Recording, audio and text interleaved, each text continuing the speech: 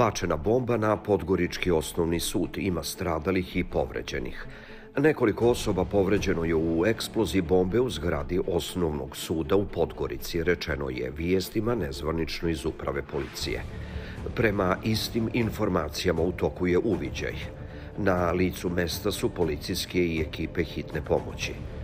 Prema prvim nezvaničnim informacijama stradala je jedna osoba, saznaje Dan.